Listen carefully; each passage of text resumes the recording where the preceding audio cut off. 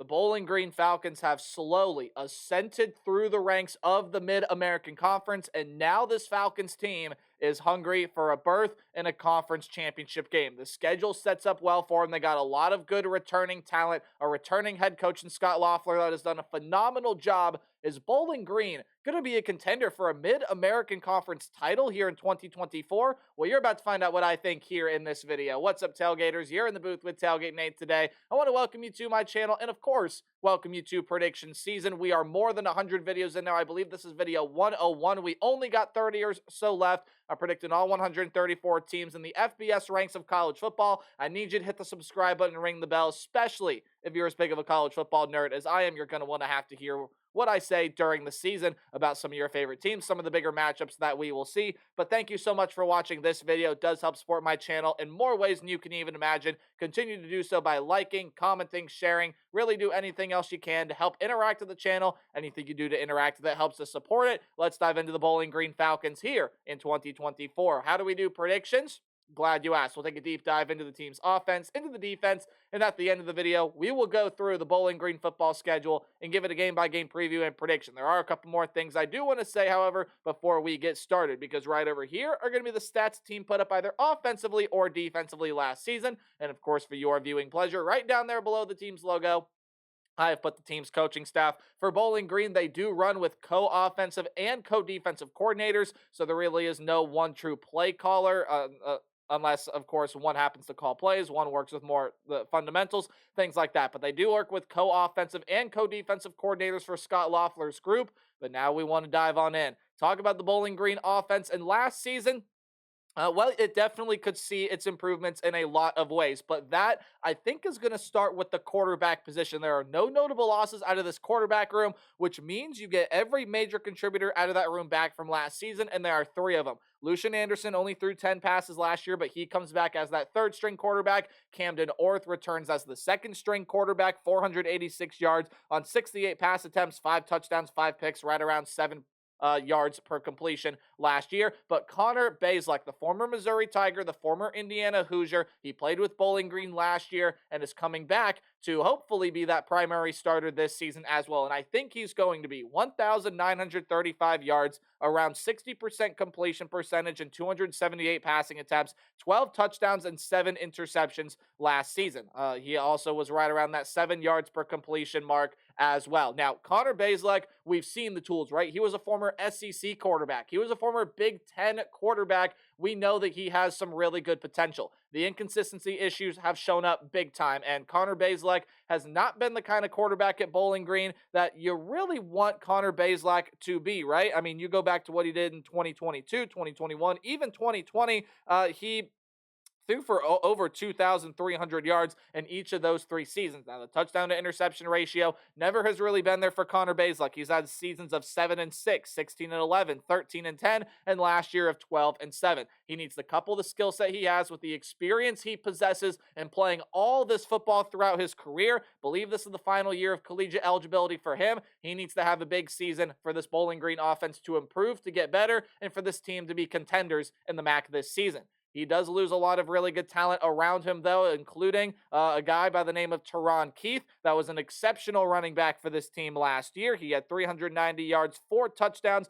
and only 66 carries, yes, but during the time that he did play, during the carries that he did get, he was a very impactful player, nearly 6 yards per carry for him last season. You do get a guy, though, that averaged over 6 yards per carry last year, the leading rusher in Terrion Stewart, 762 yards and 8 touchdowns on 125 rushes last season. He's a really good player. He'll be coming back, and that's a huge get back in this room in the running back position. You also are getting Jason Patterson back there as well, and Jamal Johnson returns as well. Patterson had over 100 yards last year. Johnson, 15 carries, 96 yards. That's over 6 yards per carry there as well. And you are getting a Tennessee Tech transfer in Justin Pegues. And hopefully I'm saying that last name right, but he'll provide some depth to this running back room, and he may even see some really good amounts of carries here in 2024. But where the big and monstrous losses come in to the skill position rooms is the wide receiver room, because gone to the NFL is O.J. Hillier, a phenomenal wide receiving talent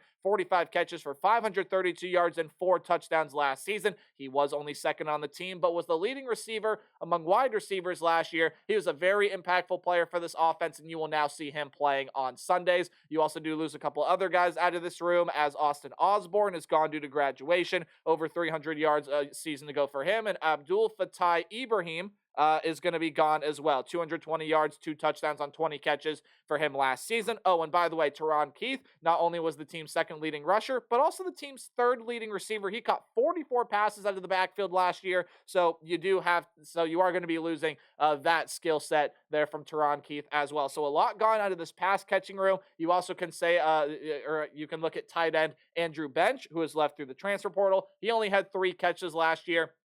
And you still have some really good pieces coming back in this pass catching room. Jalen Tillman is back.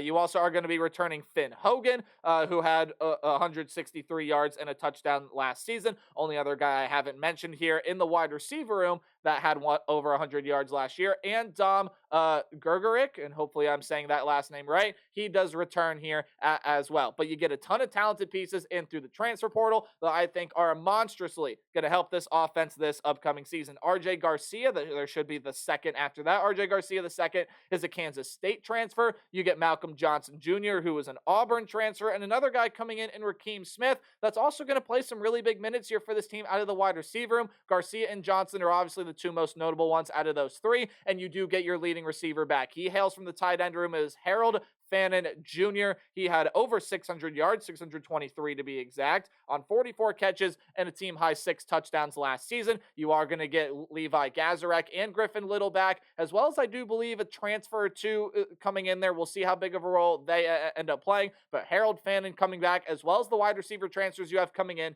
still make for a really good group of pass catchers for Connor Bazelak and company. Off the offensive line, Cameron Stewart has gone to the NFL, and Armand Bethea is off through the transfer portal. So who comes back on this defensive front? Well, Nate Paps, Jake Burns, Alex Wolschlager, Alex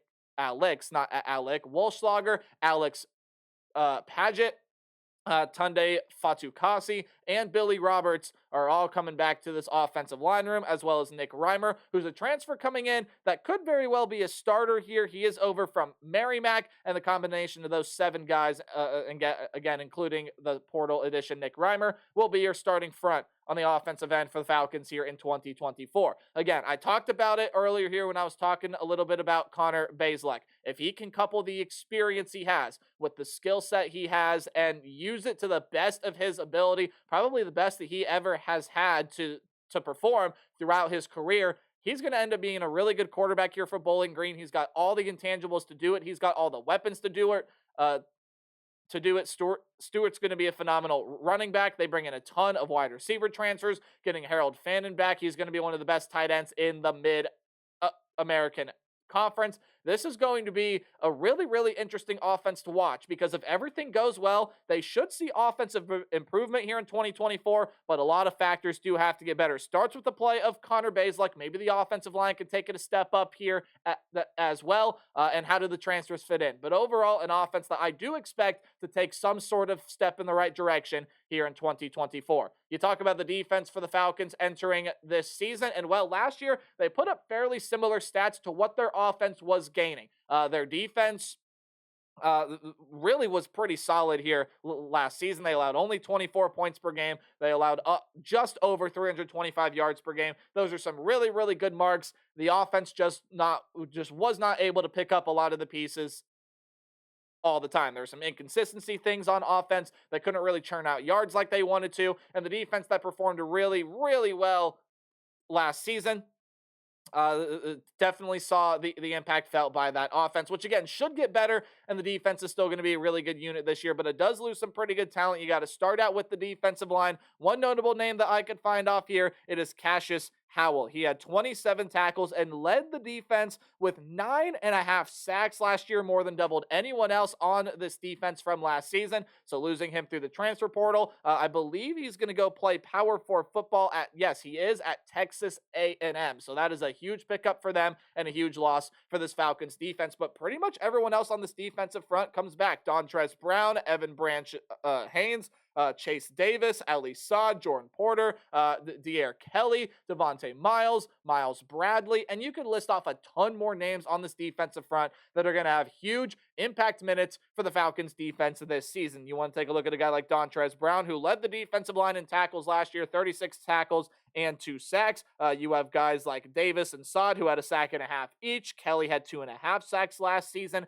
Porter had 3 sacks from last year. There's just a whole bunch of production coming back on this defensive front, and they'll be very impactful again here in 2024. Probably want that rush defense to get a little bit better, and you expect it to with as much returning talent as you have. Linebacking room, let's talk about it. Darren Anders is gone due to graduation. He was a hugely impactful player. Obviously, he was the leading tackler last year and second on the team in sacks. 85 tackles, 4.5 sacks. You put a couple passes defended in there as well. Very good linebacker for this team from last season. You also are going to be losing some linebackers here through the transfer portal, and they were more of depth pieces, but still saw some pretty solid playing time. 14 tackles for Davian Mayo last year, and Diego Neri saw 8 tackles, and they will both be gone through the transfer portal. So in your linebacker room this year, what do you got? Well, Joseph Sipp Jr. is going to be coming back. The second leading tackler for this team, had 73 tackles from last season. And you want to go ahead and take a look at who else comes back. You return a lot of other solid production. Brock Horn, Charles Rosser, and Demetrius Hardeman will all be back in this linebacker room for the Falcons this season. And you are getting a couple transfers in here as well. Donnie Stevens and Devin Taborn are in to help give this linebacker room some depth, and it's going to make for a pretty solid linebacker room out of the MAC this season. Defensive back room, let's talk about it. Devon Ferguson, he is gone due to graduation. Really, really impactful corner for this team last year. 4th leading tackler with 50 tackles from that cornerback position. Did have 2.5 sacks, 6 passes defended, which was tied for the team lead, and had 2 interceptions last season as well. You lose a couple other guys that were really, really talented out of the defensive backfield last year. Jalen Husky was tied for the team lead with 4 interceptions last season, so losing him is going to be a huge factor. Was also the team's 3rd leading tackler and tied for the team lead in pass defended with 6. And Deshaun Jones Jr. will also be gone here as well. 2 picks for him on 21 tackles. Really solid player. They both will now be playing for new programs, as well as a guy out of the safety room, and Shamoon Duncan Niosulu. And hopefully I'm saying that name right, but he is going to be gone here as well. Not a super huge piece. I mean, 6 tackles, 2 pass defended. Solid, actually, for the most part, really, really good things from him when he did play, but nonetheless, he will see his departure from the Falcons program this year. Okay, so who comes back in the defensive back room? Well, Jordan Oladokin does come back. This is the other guy that had 4 interceptions for the team last year. Second on the team with 5 passes defended, 30 tackles last year. Really, really good player in his own right. That's a huge get back in the cornerback position. Jalen Burton is also going to be coming back here, and a lot of transfers. Todd Bumphis, Ja'Cory Benjamin, and Edward Rambo all enter the cornerback room. And for the safety room, you return a couple top 10 tacklers here. Patrick Day is back, Trent Sims is back, and Darius Lorfills, who are all top 10 tacklers for the team last year, as well as a couple transfers. Darius McClendon's over from FAU, and CJ Brown enters the safety room for this program as well. With no notable losses out of the special teams room. Hey, kickers are people too. We got to show them some love. So Jackson Cleather and Alan Anaya are back to do punting and kicking duties respectively, although there will be a little bit of a punting battle this year because John Henderson is in from the portal, and right now I believe, according to our lads, is that starting punter for the Falcons here in 2024. Rambled a little bit on about that defense, but overall, guys, yes, you lost a lot of solid talent, and losing guys like Anders and Howell and Ferguson and Husky and Jones are going to be some monstrous losses here. I think they did well from themselves. I think they did well for themselves in that transfer portal. Again, the defensive line's loaded with experience, not worried about that. How do the linebacker transfers fit in? And I'm especially curious on how these defensive back transfers fit in, because you did lose a lot of talent out of that defensive backfield. Defense should still be pretty solid this year, and it leads me in to the Bowling Green football schedule. Any game at home is going to be underlined, while any game on the road is in italics or that slanted text. Any game you see in green is a game that I think the Falcons are going to win fairly easily. They should be able to get that win against Fordham in week 1. That's an FCS level program that kind of sits around the mid-tier there, but overall should be a win for Bowling Green. And again, you see the game there in green. Any game in yellow will be a close competitive game that I think the Falcons are going to be able to win, and any game in red is a loss. Much like these next two games here, I think you're just going up against two of the better Power 5 programs that we have in the nation, and one of them happens to be a program that a lot of people think are a top 10 team, and that's the Penn State Nittany Lions. They return a ton back on defense. Abdul Carter is back. You get Drew Aller back. The backfield is one of the best in the nation with Nick Singleton and Katron Allen, and I could just list off the amount of ways that Penn State probably is going to end up beating Bowling Green where they have the advantages there. I don't think Bowling Green will go into Happy Valley and get that win, and after their first bye week of the season, I don't think they'll have much more luck going on the road to play in Kyle Field. I think they're going to end up losing that game as well. A&M starts a new era with Mike Elko this season. A lot of talented pieces do leave, yes, through the portal, but they bring a ton of talent in. Connor Wigman is coming back there to play quarterback for that team, and if he can take a step in the right direction, boy, Mike Elko is going to be ready to win with the Aggies in his first season as head coach. Watch out for him. That's going to be a good team, and A&M beats Bowling Green in Week 4. Week 5, though, this is a very interesting game to me. Bowling Green gets a home game here against the Old Dominion Monarchs. Now, you got to watch out for the Monarchs this season, and even though it just feels like over the past couple of years, and it just feels like every year with this Old Dominion team, they continue to just lose some really, really good pieces through the transfer portal. They do return a lot of solid talent. I mean, Grant Wilson is coming back at quarterback. You still got some solid wide receiver pieces. A lot of that defensive front comes back, and they loaded up on transfers in the running back. Well, I guess not loaded up in the running back room. They'll have a new starting running back, Aaron Young, through the portal. Loaded up on defensive transfers in that secondary, and I think it's going to make life pretty difficult for Connor Bazelak and this pass game. However, I am very unsure of what happened there, so I apologize for that. But I do think that this Bowling Green defense lost my train of thought there. That kind of surprised me. I don't know what button I pushed.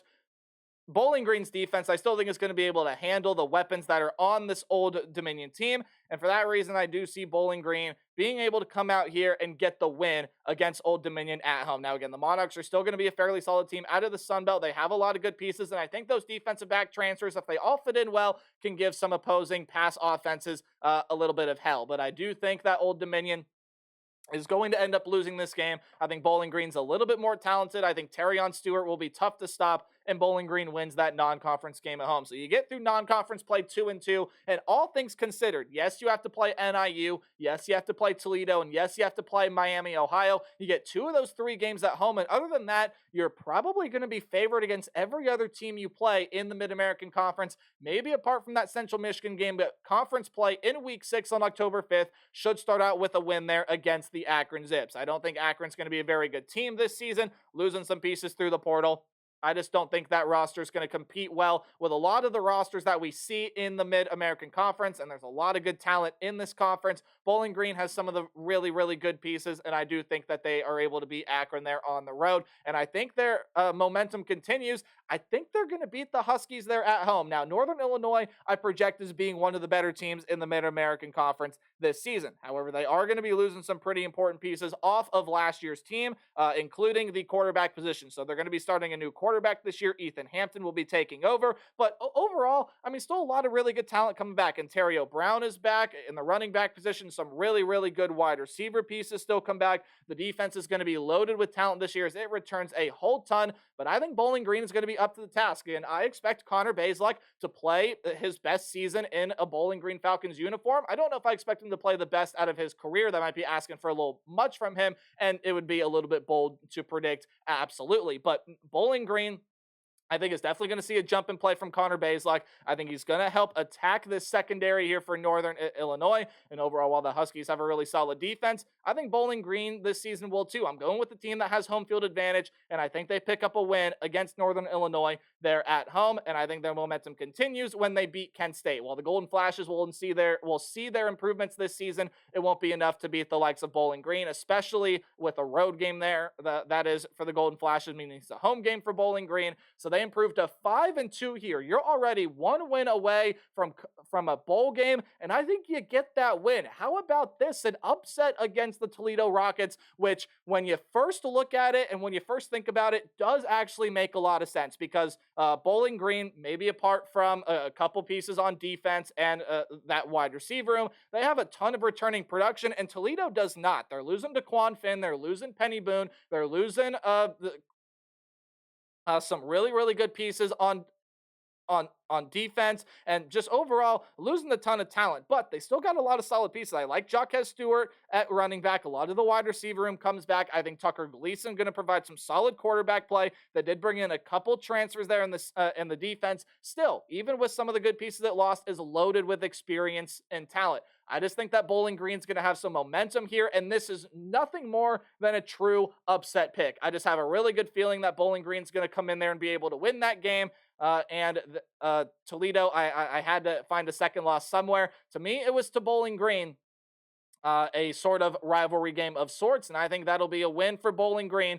But I think that the momentum is going to start to come to an end. I think after their bye week here, their second one of the season, you got to go on the road and play Central Michigan. And again, this one is no more than, I just kind of have a feeling they're going to lose this one. I think Bowling Green is more talented, but Central Michigan still has some solid pieces. They're coached pretty well by Jim McElwain.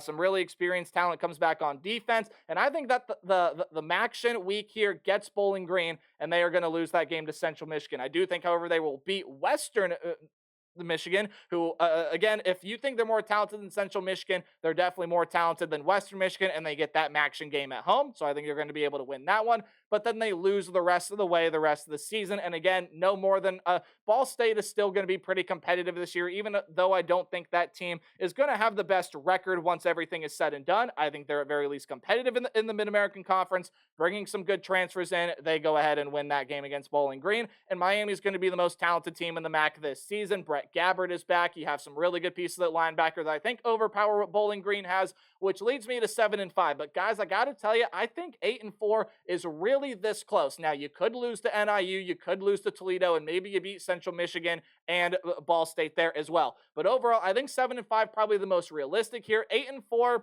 is definitely there and possible. And if you get there, I mean, you very well could be a team that could compete for a spot in a Mid-American Conference Championship game. But I want to know what you guys think in the comment section below. Remember to play hard but tailgate harder. We'll talk about the Rice Owls in my next video. Goodbye.